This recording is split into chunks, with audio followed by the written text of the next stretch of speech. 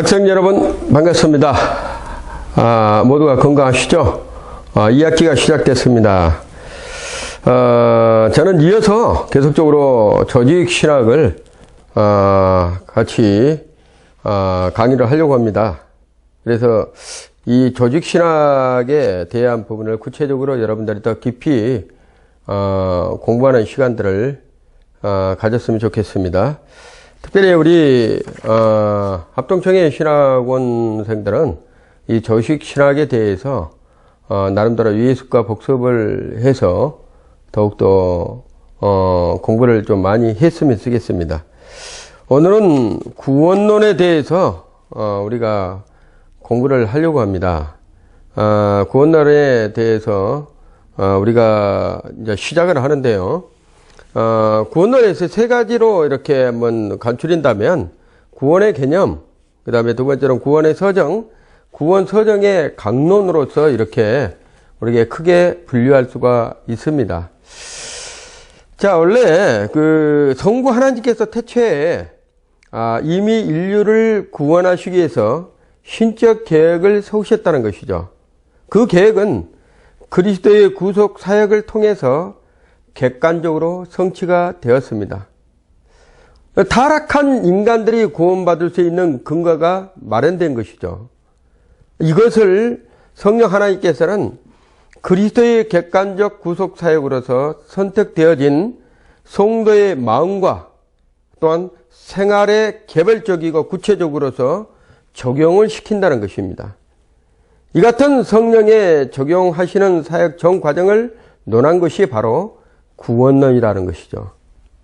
자, 근본적으로 성령의 사역이기 때문에 어떻게 보면 성령론이라고도 이렇게 칭합니다. 따라서 구원론은 신론, 인간론, 기독론과 밀접한 관계를 가지고 있다는 것입니다. 자, 성경은 구원 계획을 기록한 책으로서 인간에게 구원받는 길을 가르쳐주고 있는 것이죠. 자, 그래서 구원의 개념을 보면 일반적 고찰로서 교의적 상의 이치를 우리가 한번 보겠습니다. 구원론이 교의 신학의 세계적인 어떤 이치를 차지하고 있는가들을 먼저 알아둘 필요가 있다는 것이죠. 구원은 삼위 하나님의 역사라는 것입니다. 그 역시 전체를 가리켜서 구원론이라고 하지는 않는다는 것입니다. 그러면 구원을 위한 삼위 하나님의 역사는 각각 무엇이며 그 가운데 무엇이 구원론인가를 지금부터 살펴보려고 합니다. 첫째로 구원을 위한 삼위 하나님의 역사입니다. 자, 구원은 삼위 하나님의 합동적인 사역으로 이루어져 있죠. 이 사실은 구원사가 얼마나 위대한 사업인가를 깨닫게 해주고 있는 과정입니다. 하나님께서 우주를 창조하시는 일에 있어서는 삼위가 함께 역사에 갔다고 말하고 있습니다. 창조에서 성부는 고린도전서 8장 6절과 성자는 요한복음 1장 3절과 골로새서 1장 15절에 17절, 성령에는 창세기 1장 2절, 욥기서는 26장 13절 이에 등 많은 곳에서 성부와 성자, 성령이 삼위가 창조 사역을 이루어간 것을 볼 수가 있습니다. 자, 창조 사역에서 6일째는 짧게 끝났지만 인간 구원이라 하는 이 위대한 구원의 역사는 영원 전부터 영원까지에 계속되는 삼위 하나님의 역사라고 말하고 있는 것입니다. 자, 그러면 성부의 계획은 구원의 경륜에 있어서 구원 계획, 즉 예정의 구원 행위는 성부에게 돌려진다는 것이죠. 그러니까 예정된 주권의 행위는 성부 하나님께서 행하고 있는 것이죠. 그러면 성자 예수님은 성취하는 분입니다.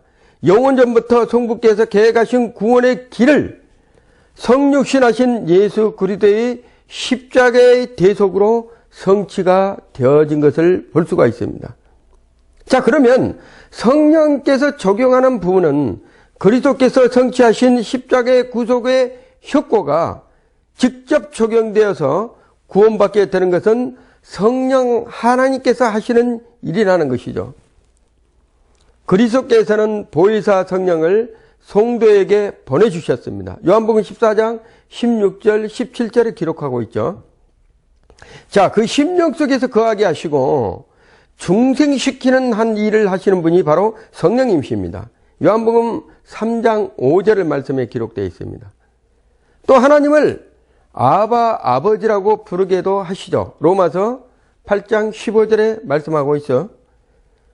자, 영광에 이르도록 이렇게 표현한 것은 고린도 후서 3장 18절에 구원의 각 개인에게 적용시키는 것을 말씀하고 있다는 것입니다. 자, 그러면 두 번째로 삼위의 역사 중에 구원론은 성령의 구원 적용론이다 이렇게 얘기를 하고 있습니다. 구원은 삼위 하나님의 역사로 이루어진 것이지만 교의 신학체계에서 성부의 계획은 신론에서 작정과 예정으로 다뤄지고 있다는 것이죠. 자, 그러면 성자의 구원성 취득은 기독론에서 속죄와 헌재 사역에서 다뤄지고 있습니다. 이제 구원론에서는 우리 각 개인에게 그리스도의 구속의 효과를 어떻게 적용시키는 그런 문제가 취급되고 있다는 것이죠. 자, 그러면 구원론의 명칭을 한번 우리가 알아보겠습니다. 첫째로 성령론입니다. 자, 구원론이 성령론이라고 불러지는 경우가 있습니다. 이것은 죄인을 대신하여서 대속의 죽음을 죽으시고 십자가의 구속을 이루는 일은 성자의 사역이라는 것처럼 그 구속 효과를 각 개인에게 적용시켜서 구원을 이루는 일은 성령께서 하시는 일이라는 것입니다. 자, 구원론은 구속 적용론이며 구속 적용은 성령께서 하시는 일이므로 성령론이라고도 이렇게 불리어지고 있다는 것을 말하고 있습니다. 자, 구원의 적용론입니다. 구원의 내용을 좀 더 자세하게 알려주는 명칭이라고도 하죠.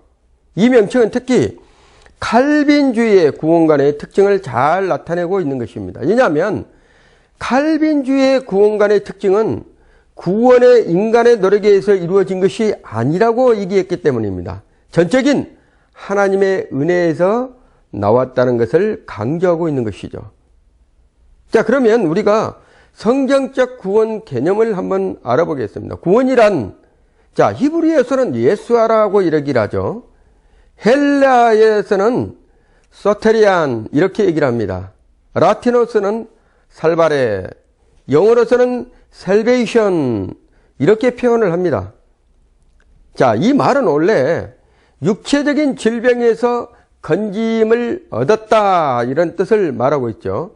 그런데 성경에서는 보다 특수한 의미로 승화되어서 도덕적, 영적 구원의 의미로 표현을 하고 있다는 것입니다.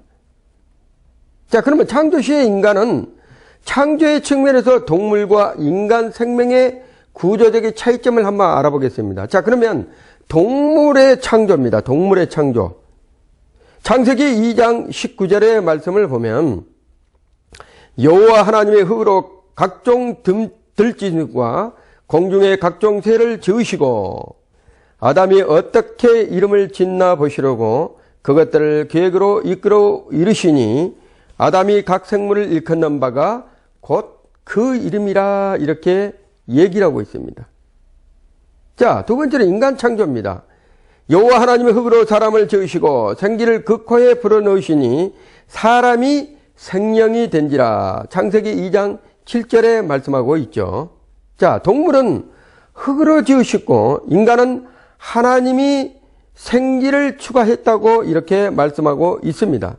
그래서 동물은 육적 생명밖에 없는 존재가 되었으나 인간은 영적 생명을 가진 존재로 지음을 받았다는 것을 말하고 있는 것이죠. 자, 영적 생명을 가진 존재란 창세기 1장 26절에서 언급된 것처럼 하나님의 형상을 따라 인간이 창조되었다는 것을 의미한다는 것입니다. 자, 그러면 영적 생명을 소유한 인간의 특권이 있습니다. 그 특권은 무엇이냐? 인간은 영적 생명을 가진 결과로 다음과 같이 동물이 누리지 못하는 특권들을 소유했다고 말하고 있죠. 첫째로 영생의 가능성을 가진 특권이라는 것입니다. 위대한 것이죠. 동물들은 그러한 영생의 가능성을 가질 수가 없습니다. 그렇지만 인간만이 영생의 가능성을 가질 수 있다는 특권을 우리 하나님께서 인간에게 부여 주셨다는 거예요. 자, 성경은 하나님께서만 영생을 가지셨다고 단언합니다. 자, 디모데전서 6장 16절에서 이렇게 말씀하고 있죠. 자, 영생은 하나님의 근본적인 속성입니다. 하나님이 영생의 속성을 지녔다는 것은 곧 그분이 영이시기 때문이라고 말할 수가 있습니다. 자, 영적 생명을 본질적으로 죽지 않고 소멸되지 않는다는 것이죠. 예를 들면 천사와 마귀도 영적인 존재이기 때문에 그 존재가 소멸되지 않는다는 것이에요. 따라서 하나님의 생기로 영적 생명을 소유하게 된 인간은 본질적으로 좁은 의미에서 영생하는 존재로 창조되었다는 것입니다. 자, 영생이란 단순히 생명이 소멸되지 않고 존속하는 것만을 뜻한 것이 아닙니다. 자, 가장 행복한 상태의 삶을 누린다는 사실을 의미하는 것이죠.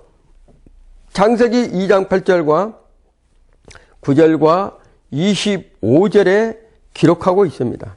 자, 두 번째로 영생의 가능성을 가진 특권 위에 또 하나님의 교통할 수 있는 특권을 우리 인간에게 부어 주셨다는 거예요.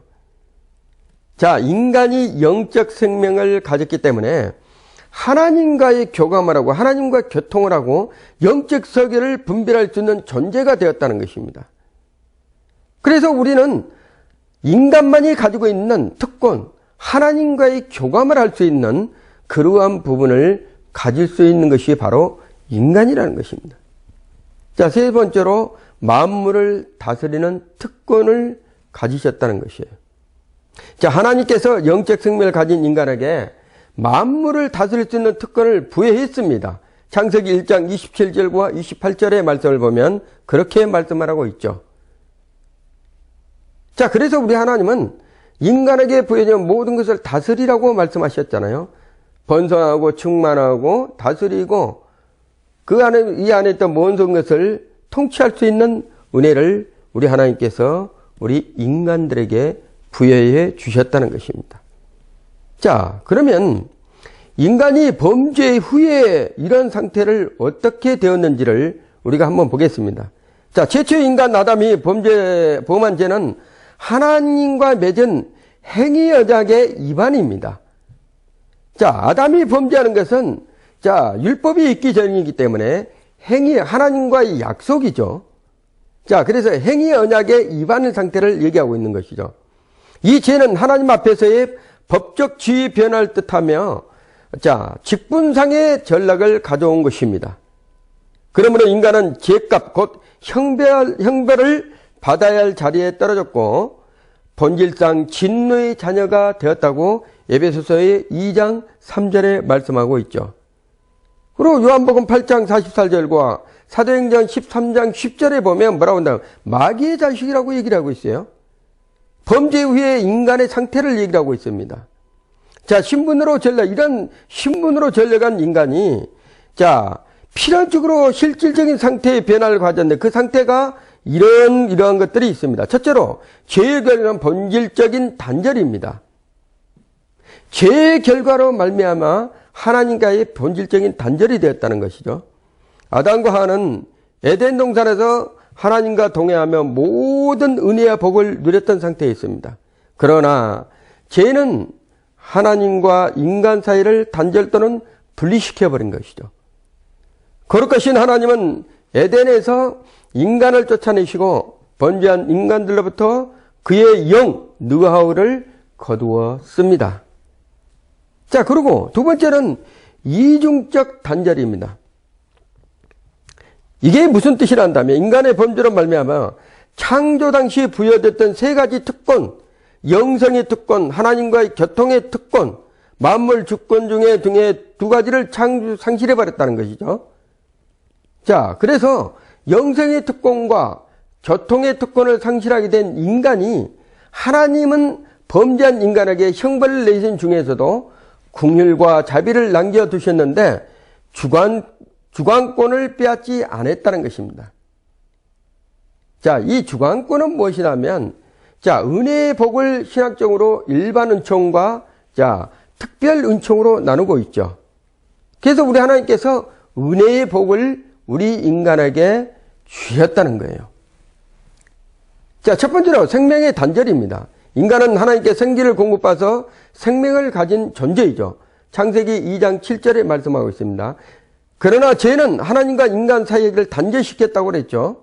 하나님의 영적 생명에서 떠나게 되었고, 자, 죽음이 찾아오게 됩니다. 창세기 2장 17절과 히브리서 9장 27절에서 말하고 있어요. 자, 그래서 생명이 단절됐다는 거예요. 두 번째는 교통의 단절입니다. 범죄로 인하여서 에덴 동산에 추방당한 인간은 하나님과의 교제가 단절되었고, 교제의 단절로 인해서 영적 세계를 분별할 수 있는 능력과 영적 선행을 행할 수 있는 능력을 상실해버린 것이죠. 그래서 인간은 두려움을 갖게 되는 거예요. 하나님의 안에는 두려움이 없습니다. 두려움은 빛으로 쫓아냅니다. 그렇지만 범죄한 이후로 두려움이 찾아온 거예요. 자, 그리고 세 번째로는 생명 단절의 결과입니다. 인간이 범죄한 후에 하나님의 생명이 떠난 결과로 좁은 의미의 영생권, 이것을 박탈해 버렸습니다. 인간에게는 세 단계의 고통이 찾아오게 되어 있죠. 이로 인해서, 자, 첫 번째는 영적 사망입니다. 인생의 시작부터 인간은 이 세상에 출생할 때부터 그 영적 생명이 죽은 상태로 태어난다는 것입니다. 그러므로 성경은 불신자와 죄인의 상태를 허물과 죄로 죽었던 너희, 에베소서 2장 1절에 말씀하고 있죠. 예수께서도 죽은 자들, 누가복음 9장 60절에 이렇게 말씀하고 있는 것입니다. 자, 그래서 영적 사망이라는 것이죠. 죽은 자들, 허물과 죄로 죽었던 너희, 이런 부분들을 말씀하고 있는 것이에요. 자, 육적 사망, 인생의 종말에서 죄로 인한 생명 단절의 두 번째 결과는 육적인 죽음입니다. 원래 인간은 죽지 않게 우리 하나님께서 만드셨었어요. 에덴 동산에서. 그렇지만 죄로 인해서 죽음이 찾아온 것이죠. 죄의 결과로 이 인간은 흙으로 돌아가게 됐습니다. 창세기 3장 19절에 이렇게 기록하고 있어. 죽는 것은 사람에게 정하신 것. 히브리서 9장 27절에도 말씀하고 있습니다. 자, 그러면 영원한 사망, 내세에서. 자, 우리가 보면 영적 사망은 인생이 시작될 때부터 영적 사망으로 태어나죠. 육적 사망은 인생의 종말에서 죽음이 맛볼 때 육적 사망입니다. 내세에서는 영원한 사망이 있습니다. 하나님과 생명이 단절돼서 내세 불명이 실현한다는 바가 되는데 영원한 사망이 올 수도 있다는 거예요. 영원한 사망은 둘째 사망이라고 부르죠. 예수를 믿지 않는 사람들은 모두 영벌에 처해집니다. 이게 둘째 사망이라고 부르시죠. 계시록 2장 11절에 또 20장 6절 14절에 기록하고 있는 말입니다. 이것을 지옥 형벌이라고 그러는 것이죠. 그러면 교통 단절의 결과를 우리가 한번 보겠습니다. 첫째는 영적 소경입니다. 자, 하나님과의 교제 단절의 결과로 말미암아 하나님의 신이 인간에게서 떠났고 하나님을 볼 수 없게 되었다는 거예요. 인간의 죄로 하나님을 알 수 없는 소경이요 기머리가 되었다는 것입니다. 그게 영적 소경이라는 것이죠. 자, 두 번째로 죄의 종이 되었다는 거예요.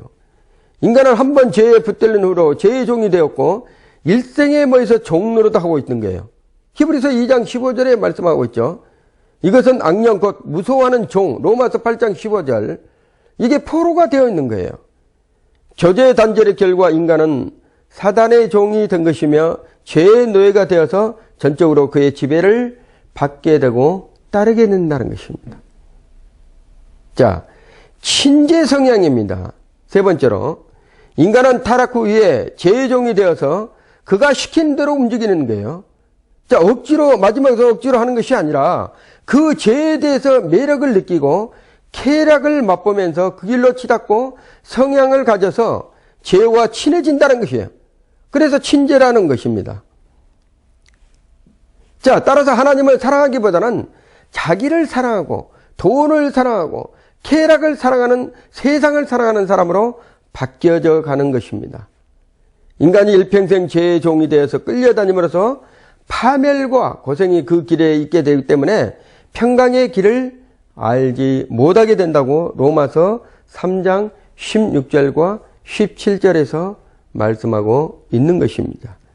자, 세 번째로 아담의 죄와 전 인류와의 관계입니다. 이게 중요한 것이죠. 아담과 하와가 범한 죄의 결과는 그들에게만 영향을 미친 것이 아니라 자, 전 인류에게 미쳤다는 것은 성경에 말씀하고 있는 것이죠.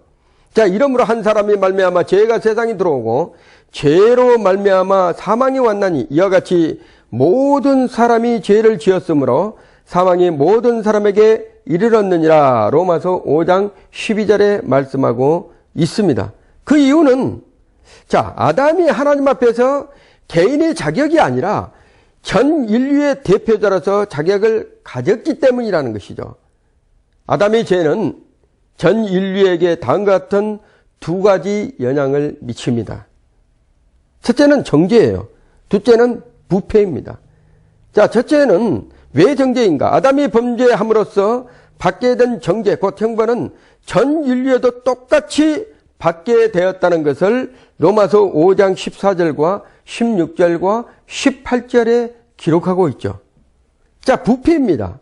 아담의 범죄는 그 후손들의 심령 속에 죄가 들어와서 그들을 주장하고 지배했기 때문에 인간의 나면서부터의 죄의 종으로 로마서 6장 20절이죠. 불의의 병기로 로마서 6장 13절 마귀의 자식으로 따라서 인간은 죄악의 종에 출생하게 된다는 것이죠. 죄악 중에 출생하게 된다는 거예요. 시편 51편 5절에 그렇게 기록되어 있습니다. 자, 그러면 죄는 인간을 어느 정도까지 부패시키는 것을 우리가 한번 보겠습니다. 자, 첫 번째는 부패의 전체성입니다. 자, 죄악은 사람의 심령을 부분적으로 부패시킨 것이 아니라 심령 전체를 부패시킨다는 것이에요. 창세기 6장 5절의 말씀에 이렇게 말합니다. 여호와께서 사람이 죄악이 세상에 관연함과 그 마음의 생각이 모든 계획이 항상 악할 뿐임을 보시고. 자, 하나님은 인간의 범죄를 보고 한탄하셨다고 그랬어요. 또 예레미야 선지자도 다음같이 말하였습니다. 만물보다 거짓되고 심히 부패한 것은 사람의 마음이라. 누가 능히 이를 알리요. 예레미야 17장 9절에 기록하고 있습니다. 자, 이것을 말해서 부패의 전체성이라고 얘기를 하죠. 자, 그러면 부패의 보편성은 어떤 것입니까? 죄는 세상의 모든 사람에게 들어가 부패시켰습니다. 의인은 없나니 하나도 없으며 로마서 3장 10절에 말씀하고 있죠. 선을 행하고 죄를 범치 않는 의인은 세상에 아주 없느니라. 전도서 7장 20절에 말씀하고 있습니다. 자, 이 세상의 모든 인생은 하나도 빠짐없이 죄를 짓고 정죄 아래 놓였다는 것이죠. 죄악으로 부패한 심령을 가지고 있다는 것입니다. 따라서 구원은 누구에게나 필요한 것이라는 것을 말씀하고 있는 것입니다. 그러나 자기 힘으로는 구원받을 자는 이 세상에 그 누구도 없다는 것을 성경에서는 말씀하고 있는 것입니다. 자, 그래서 성경적 구원의 의미가 무엇인지를 우리가 보겠습니다. 자, 성경은 구원을 알려주는 하나님의 특별 계시죠. 일반 계시가 있고 특별 계시라고 그랬는데 성경만은 무엇이란다면 구원의 길이요 진리의 생명 되신 예수 그리스도로 말미암아 하나님 앞으로 나아갈 수 있는 길을 열어주시기 위한 하나님의 특별 계시입니다. 그러면 성경에 말하는 구원이란 그 무엇을 뜻하는 것을 우리가 한번 알아보겠습니다. 첫째, 죄로부터 구원입니다.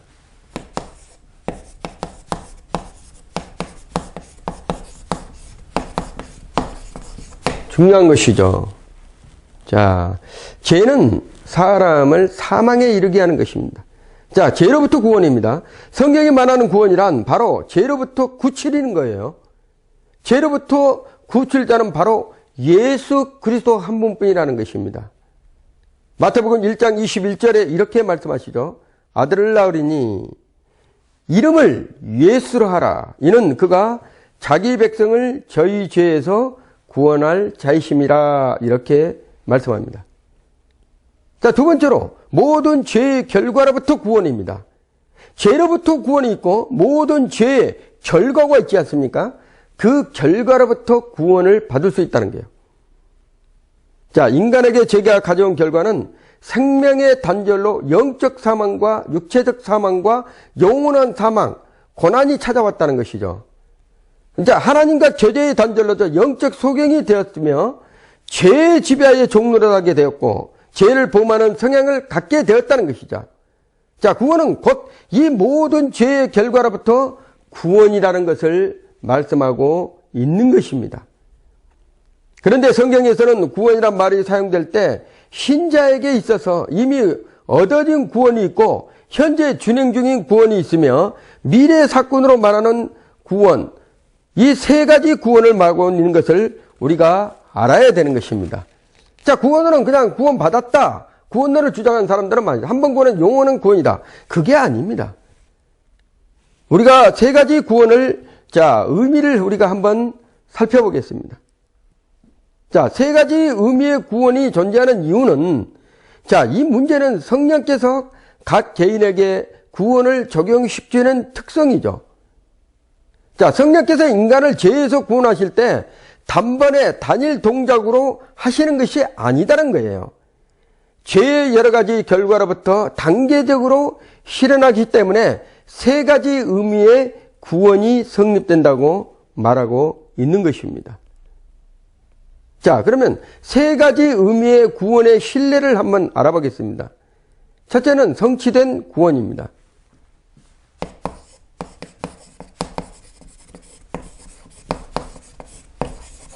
자, 성취된 구원. 성경에서 성도가 이미 구원받은 것으로 말하는 곳이 있습니다. 누가복음 7장 48절과 50절에 기록이 되어 있는데요. 한번 읽어보겠습니다. 이에 여자에게 이르시되 내 죄사함을 얻었느니라 하시니 예수께서 여자에게 이르시되 내 믿음이 너를 구원하였으니 평안히 가라 하시니라. 이렇게 말씀합니다. 에베소서 2장 8절에도 너희가 그 은혜를 인하여 믿음으로 말미암아 구원을 얻었나니 이것이 너희에게 난 것이 아니요 하나님의 선물이라. 이렇게 말하고 있습니다. 자, 하나 더 볼까요? 디도서 3장 5절의 말씀을 보면, 자, 우리를 구원하시되 우리의 행한 바 의로운 행위로 말미암지 아니하고 오직 그의 궁일하심을 쫓아 중생의 시승과 성령의 새롭게 하심으로 하셨나니. 이렇게 말하고 있습니다. 자, 이상의 송구에서 보는 바와 같이 과거에 이루어진 구원임을 알 수 있다는 것이죠. 그래서 성취된 구원이라는 건 과거에 이루어진 것을 말씀하고 있는 거예요. 자, 두 번째로 현재 진행 중인 구원입니다. 성경에는 성도의 구원이 아직 완성되지 아니었기 때문에 현재 진행 중이라고 말하는 것이 많습니다. 자, 고린도전서 1장 18절의 말씀을 보면 십자가의 도가 멸망하는 자에게는 미련한 것이요 구원을 얻는 우리에게는 하나님의 능력이라. 이렇게 말하고 있습니다. 자, 이 성구에서 구원을 얻는 이라는 단어는 소조메노이스 이라는 표현이에요. 자, 현재 구원의 실현이 진행되고 있다는 뜻을 말씀하고 있습니다. 소조메노이스. 자, 히브리서 10장 19절에 보면 이 사람들이 다른 믿음으로 말미암아 증거를 받았으나 약속을 받지 못하였으니. 자, 이 성구에서 영혼을 구원함에 이르는 믿음이란 말은 혼을 구하는 것으로 혼, 푸시켓, 마음, 정신 혹은 육신적인 생명을 말하고 있습니다. 따라서 현재 마음의 구원이 진행되고 있다는 것을 말하고 있는 과정이죠. 자, 그러면 과거적인 성취된 구원, 그 다음에 현재의 진행 중인 구원, 마지막에 미래에 이루어질 구원을 말하고 있는 것입니다. 자, 야고보서 1장 21절의 말씀을 보시면 이렇게 기록되어 있습니다. 그러므로 모든 더러운 것과 넘치는 악을 내어버리고 능히 너희 영혼을 구원할 바 마음에 신긴 돌을 온유함으로 받으라. 디모데후서 4장 18절에도 주께서 나를 모든 악한 일에서 건져내시고 또 그의 천국에 들어가도록 구원하시리니 그에게 영광이 세생 무궁토록 있을지어다. 하나 더 볼까요? 빌립보서 2장 12절의 말씀에도 그러므로 나의 사랑하는 자들아 나 있을 때나 더욱 지금 나 없을 때에도 항상 복종하여 두렵고 떨림으로 너희 구원을 이루라. 이렇게 구원을 이루어 가라는 얘기입니다. 빌립보서 2장 12절에 말씀하신 거죠. 자, 그래서 이상과 말씀에서 구원을 구원하시려니 구원을 이루라 구절들은 분명히 아직까지 완성되지 않는 미래적인 구원을 말씀하고 있다는 것을 얘기하고 있습니다. 자, 그러면 세 가지 구원의 구체적 내용을 한 번씩 들어서 말씀하겠습니다. 자, 성취된 구원의 내용들입니다. 첫 번째로 영적 사망과 영적 소경으로부터 구원해. 이게 중생이라는 것이죠. 중요한 것입니다. 자, 예수 그리스도를 생명의 구주로 믿는 성도들은 중생으로 인해서 영적 생명이 다시 살리심을 받는다고 그럽니다. 에베소서 2장 1절에 말씀하고 있죠.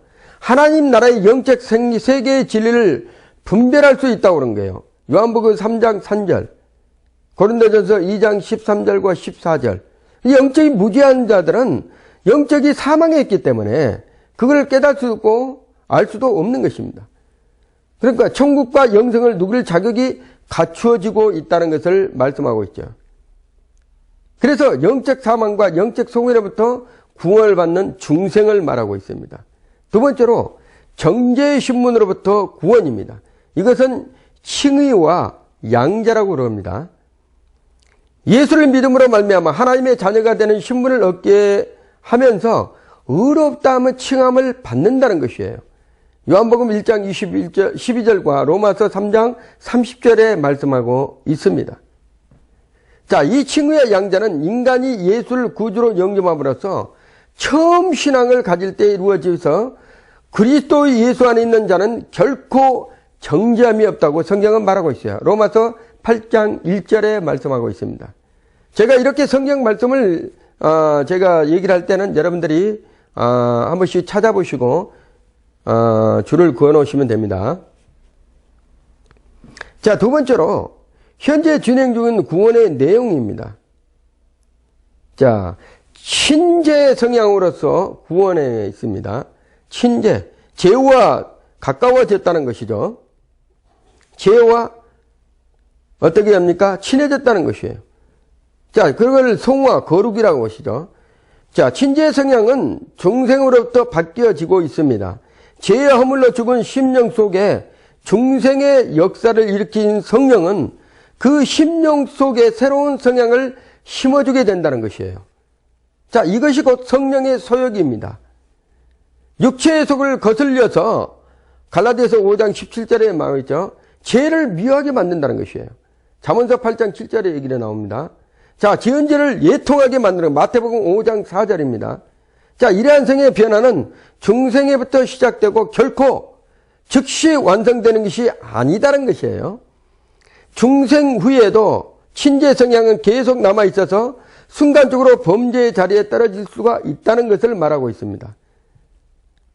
자, 그래서 사도 바울은 이 두 가지 성향이 계속해서 싸움을 하고 있음을 자신의 체험을 통해서 성경에서 말하고 있죠. 로마서 7장 17절에서 25절에서 기록이 되어 있습니다.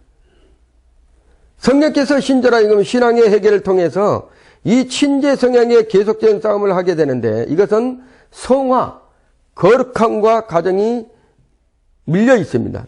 이 싸움은 중생에서 시작해 죽을 때까지 계속된다는 거예요.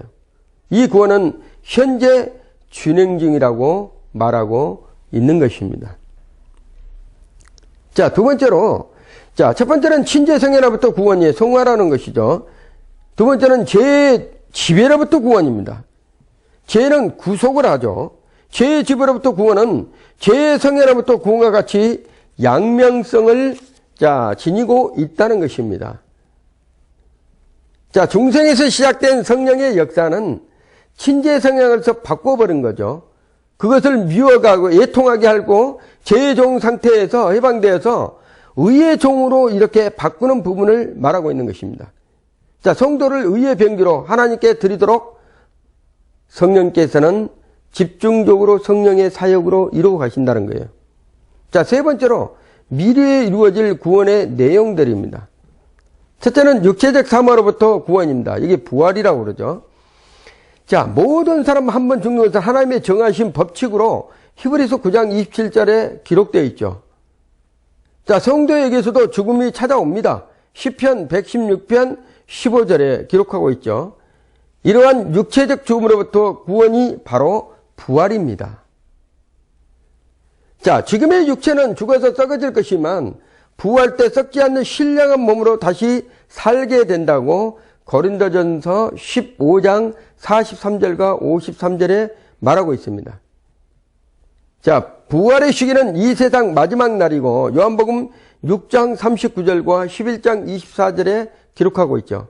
마지막 나팔소리와 그리스도의 재림의 때입니다. 고린도전서 15장 51절과 데살로니가전서 4장 16절과 17절에 기록하고 있습니다. 그러므로 이 구원은 미래에 이루어질 구원이라고 말하고 있는 것입니다. 그러면 두 번째로 영원한 사망으로부터 구원입니다. 이거는 영광이라고 합니다. 믿지 않음으로 사망으로부터 정죄하려 있는 인간들을 죽을 때 그 영혼의 음부로부터 들어가고 예수 그리스도의 재림 때 심판의 부활로 죽었던 육체가 살아나서 저게 영원토록 형벌을 받게 된다고 기록하고 있습니다. 누가복음 16장 19절에서 24절, 계시록 20장 13절에서 15절에서 기록하고 있습니다.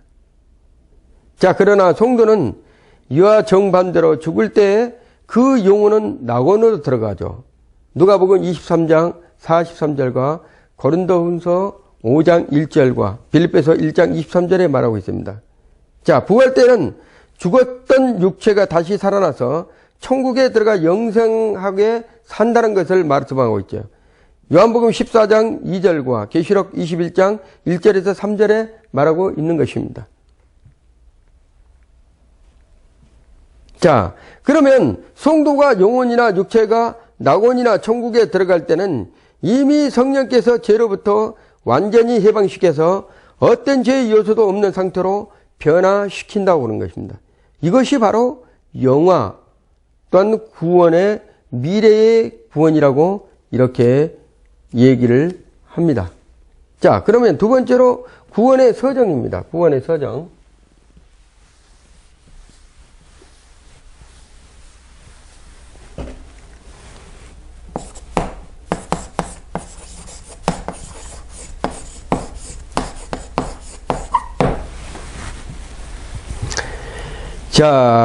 여러분이 제가 좀 빠르게 이렇게 하는데요. 조직신학이 좀 많습니다. 분량이 많기 때문에 여러분들이, 잘 듣고 따라오시기를 바랍니다. 구원의 서정.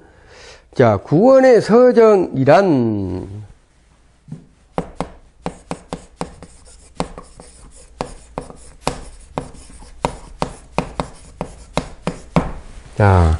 구원의 서정이란, 구원이라고 통치하는 일련의 과정을 세부적으로 나누고 있는 그 세부적인 구원의 순서를 말한다고 얘기하는 것이죠. 구원이라고 통칭하는 일련의 과정을 세부적으로 나누고 그 세부적인 구원의 순서를 말하고 있는 것입니다. 성령께서 그리스도의 구속사역을 죄인에게 적용시킬 때 그 적용 과정을 하나하나 구분하여 순서를 정하는 것은 매우 어렵습니다. 각 과정에 있어서 성령의 다양한 역사를 살피고 구원에 나타난 하나님의 은혜를 더욱 풍성히 체험하는 것이 구원의 서정은 구원 과정이 시간적 순서라기보다는 논리적 순서라고 말할 수 있는 것입니다. 자, 이 순서가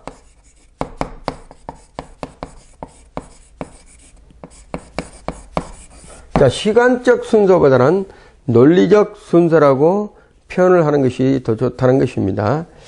자, 그러면 종교개혁 이전의 구원서정 교리입니다. 종교개혁이 1517년 10월 30일 날 종교개혁이 시작되어 있죠. 자, 첫 번째로 구원은 어떻게 받는가? 이걸 가지고 얘기를 합니다. 행함과 공로입니다. 종교개혁의 이전의 교부들의 언급을 살펴보면 주로 행함과 그 공로를 강조하는 경향으로 흐르고 있다는 것이죠. 초대교회 시대의 문헌 속에도 구원에 있어서 행함과 공로를 강조하는 많은 문구를 발견할 수가 있습니다. 선한 일을 행하여 내 죄를 속량하라. 자선은 참회의 으뜸이 된다. 금식은 기도보다 낫지만 그러나 자선은 그 둘보다도 나은 것이다. 왜냐하면 자선의 죄의 짐을 가볍게 해주기 때문이다. 어디서 생겨죠? 교황청에서 되는 것입니다, 이게.